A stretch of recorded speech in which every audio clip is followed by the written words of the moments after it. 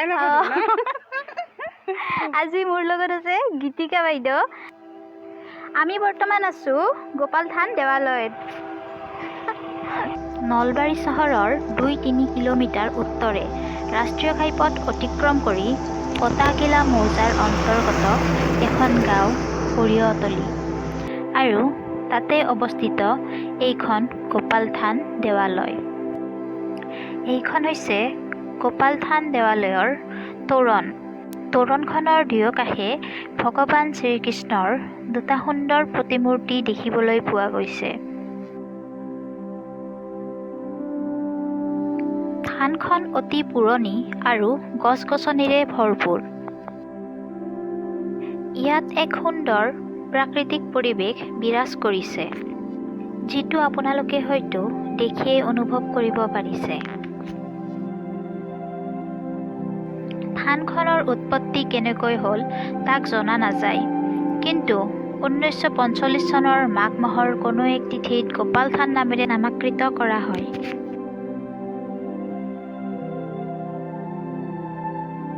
ঐতিহ্যমণ্ডিত প্ৰাচীন সৰিয়তলী গোপাল থানৰ অলৌকিক মাহাত্ম্য আৰু গভীৰ জনবিশ্বাস আছে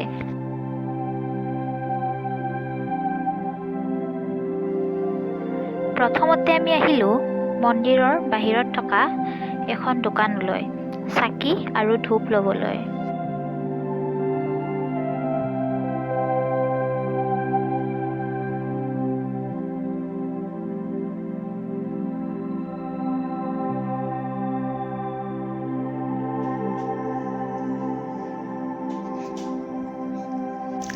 এয়া মন্দিৰৰ ভিতৰত যোৱাৰ আগতে গীতিকা বাইদেৱে হাত ভৰি ধুই আছে বাৰু এতিয়া ময়ো ধুই লওঁ অলপ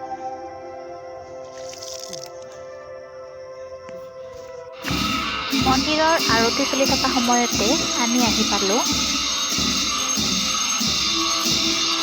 সঁচাকৈয়ে এই পৰিৱেশটো দেখি মনটো ভাল লাগি গৈছে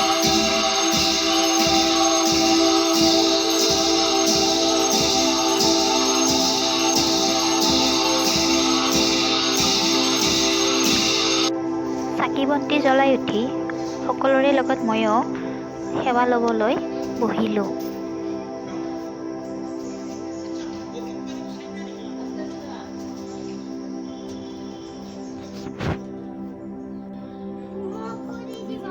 এয়া মন্দিৰৰ পুৰোহিতে ফোট আৰু পুষ্পাঞ্জলি দি আছে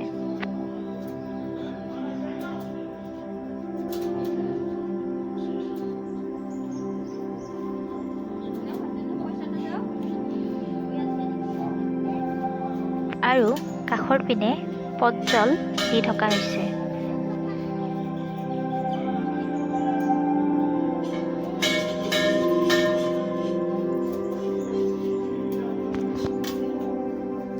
মন্দিৰ পৰিক্ৰমা কৰিবলৈ যাওঁতে মন্দিৰৰ ৱালকেইখন দৃষ্টিগোচৰ হ'ল য'ত ধুনীয়া ধুনীয়া ভগৱানৰ কিছুমান চিত্ৰ খোদিত কৰা আছে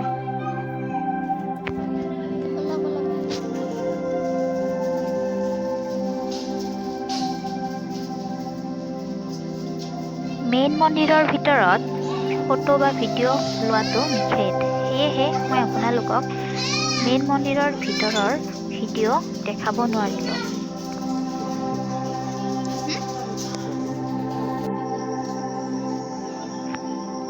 এইটো হৈছে মন্দিৰ প্ৰাংগণত থকা এটা শিৱ মন্দিৰ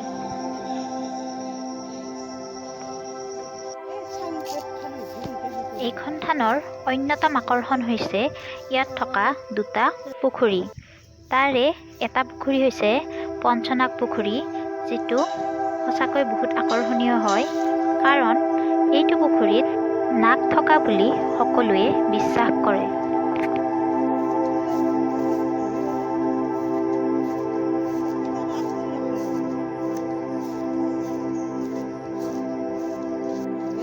পঞ্চনাগ পুখুৰীৰ কাষতে আৰু এটা পুখুৰী আছে সেইটো হৈছে মীন মহল এইটো মই আপোনালোকক দেখাই দিছোঁ পুখুৰীটো ভালেখিনি ডাঙৰ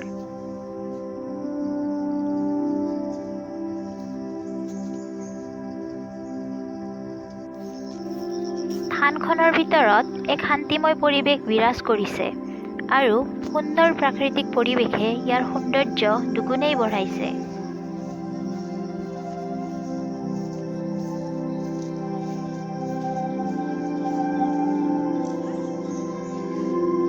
বৰ্তমান ইয়াত প্ৰসাদ বিতৰণ কৰি আছে। তে আহক ময়ো অলপ প্ৰসাদ লৈ লওঁ।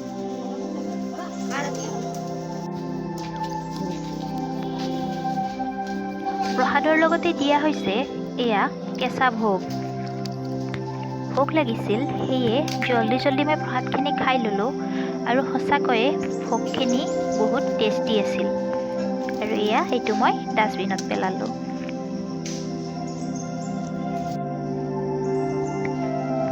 আৰু এইটো হৈছে থানখনৰ প্ৰাংগণত থকা এটা সভাগৃহ। এই থানখনৰ মুখ্য উৎসৱ হৈছে বাৰ্ষিক ৰাজহুৱা সভা। ইয়াত প্ৰতি বছৰে মাঘ মাহৰ দ্বিতীয়টো পূৰ্ণিমা তিথিত তিনিদিনীয়া কাৰ্যসূচীৰে ৰাজহুৱা সভা আয়োজন কৰা হয় আৰু হোমৰ দিনা ইয়াত হাজাৰ হাজাৰ ভক্তগণৰ সমাৱেশ ঘটে। এইটো হৈছে মন্দিৰ প্ৰাংগণত নতুনকৈ নিৰ্মাণ কৰি থকা এটা বিষ্ণু মন্দিৰ। এইখিনিতে ক'ব বিচাৰোঁ, ইংৰাজী 2006 চনত এইখন থানৰ সোণালী জয়ন্তী মহোৎসৱ উদযাপন কৰা হৈ গৈছে। ৰাজহুৱা সভাৰ হোমখন এইখিনি ঠাইতে কৰা হয়।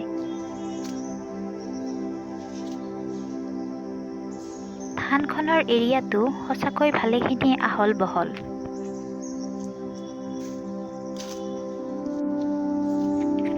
এইটো হৈছে মন্দিৰ প্ৰাংগণত থকা এটা নামঘৰ।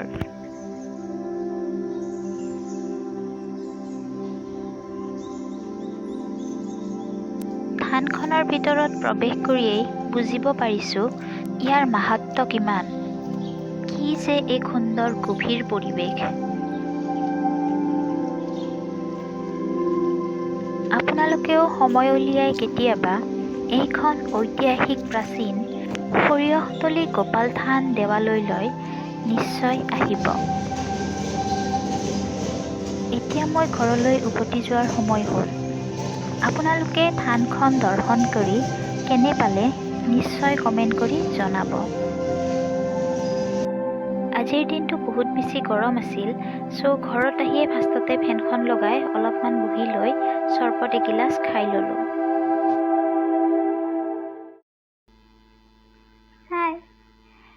ফাইনেলি ঘৰত আহিলোঁ আৰু এতিয়া বহুত গৰম লাগিছে। মই এতিয়া গা ধুব যাওঁ আৰু আপোনালোকৰ পৰা বিদায় ল'লোঁ। ভিডিঅ'টো চাই কেনেকুৱা লাগিল কমেণ্ট কৰি জনাব আৰু যদি ভাল লাগিছে প্লিজ লাইক এটা কৰি দিব আৰু যিসকল নতুন ভিউৱাৰ্ছ হয় তেওঁলোকে যাতে ছাবস্ক্ৰাইব বাটনটো দবাই দিয়ে আৰু লগতে থকা বেল আইকনটো হিট কৰি দিয়ে। নতুন এটা ভিডিঅ'ত পুনৰ লগ পাম। তেতিয়ালৈকে বাই।